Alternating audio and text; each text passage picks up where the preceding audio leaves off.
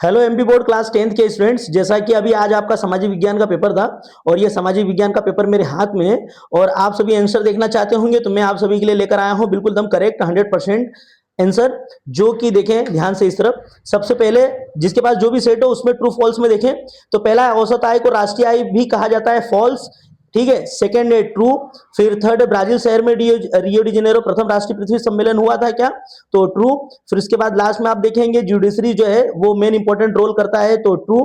फिर उसके बाद जूसेफ मेज़ेनी जो है फ्रांस का क्रांतिकारी था, जी नहीं, है ना, इटली का था, तो ये गलत होगा। बेल्जियम में 2% लोग जर्मन बोलते थे, बिल्कुल गलत है, ठीक है, फॉल्स होगा ये। मैच द कॉलम में आप देख सकते हैं महानदी जो है वो हीराकुंड प्रोजेक्ट पर है।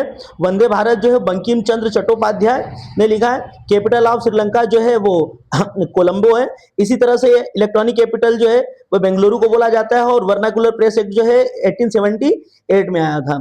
अगर हम यहाँ बात कर ले वन वर्ड की तो सरकार कौन सा बेहतर रूप है भाई, लोकतांत्रिक या डेमोक्रेसी।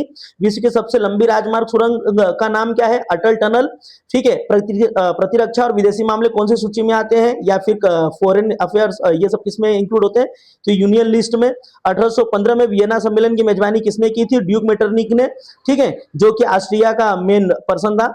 और सन 1857 में मध्य प्रदेश का प्रमुख केंद्र क्या था, ग्वालियर, झांसी, नीमच, जो भी आपने लिखा होगा सही होगा।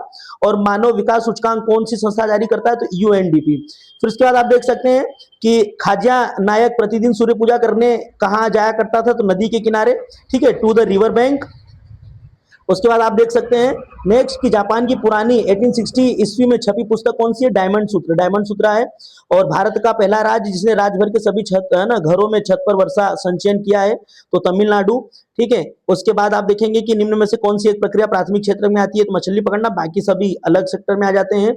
फिर उसके बाद बहुराष्ट्रीय कंपनी द्वारा किया गया निवेश क्या होता है, विदेशी निवेश होता है, फॉरेन इन्वेस्टमेंट कहते हैं।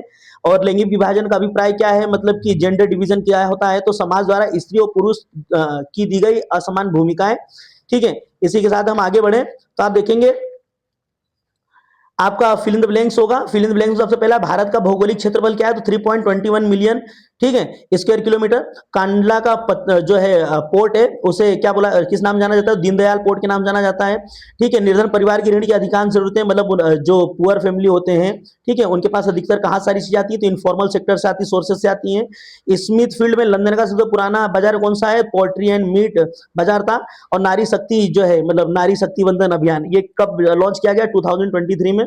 विनोबा भावे ने भूदान ग्रामदान आंदोलन लेकर आए थे, जिसे हम कहते हैं ब्लड लेस इन मूवमेंट, या फिर ब्लड है ना लेस, रक्तहीन कहते हैं। बाकी क्वेश्चंस आप देख सकते हैं, जितने भी क्वेश्चंस है ये सब मैंने आपको मेरे है ना मोस्ट इंपॉर्टेंट क्वेश्चंस में दिया था और सारा का सारा मोस्ट इंपॉर्टेंट क्वेश्चन से ही आया। आप जाकर देख सकते हैं, अगर आपने ईमानदारी से पढ़ा होगा जितना मैंने बताया है क्वेश्चंस, तो जरूर आपको अच्छे नंबर आएंगे। चलिए आगे के पेपर के लिए मिलते हैं, आप लोग मुझसे इसे ही जुड़े रहिएगा।